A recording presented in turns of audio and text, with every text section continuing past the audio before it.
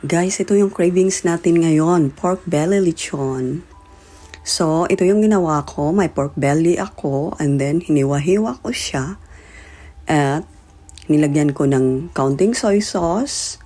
Hindi naman siya masyadong kaunti. Basta nilagyan ko siya ng soy sauce, paminta at asin para mas malinamnam siya. And then, maraming onion at garlic. And then kasi may sarili akong tanim na lemongrass at onion leaves. Kaya yun yung ginamit ko para mas mabango siya, guys. And then, yun, tatalian lang natin siya. May thread tayo dito na makapal para sarado natin siya.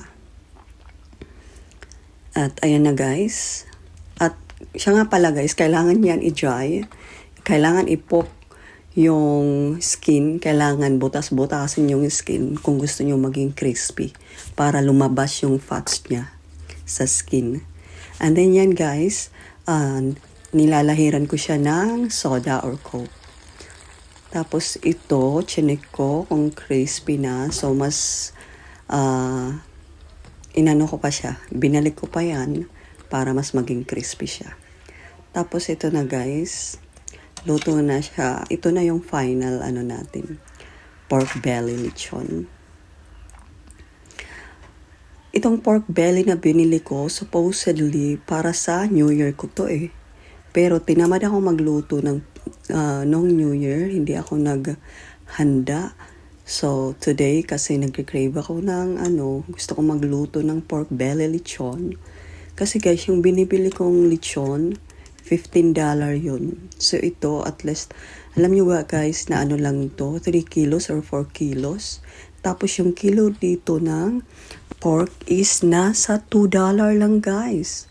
So bali, kumbaga sa atin dyan, nasa 100 plus lang yung kilo. Mas mura dito, guys, yung pork. So ito na, guys. Ang sarap niya, guys. Ayan, hiniwa-hiwa. At sarap siya kasi malinamnam siya kasi inanuhan ko talaga ng asin. Alam niyo ba guys, sa lechon, yung favorite ko is sa ribs or sa tiyan, sa belly talaga na part kasi andyan yung mga lamas, di ba? Yung mga ingredients. So ito na guys yung lechon natin. Medyo marami siya kahit maliit lang. So ang leftover, alams na, gagawin na naman nating lechon paksiw. So sa mga gustong kumain dyan or nag-crave ng pork belly lechon or lechon, lalo na yung mga andito sa Amerika at sa ibang bansa, guys, gumawa na lang kayo kung wala kayong mabilhan dyan na lechon sa area nyo. Mabilis lang siya, guys. Pero ito, niluto ko siya, guys, ng mga 4 na oras. 4 na oras ko siya niluto para makuha lang yung matiming yung crispy lechon. Kung wala namang oven, pwede siya guys sa air fry. So guys, ito na yung pork belly lechon natin. Thank you guys for watching.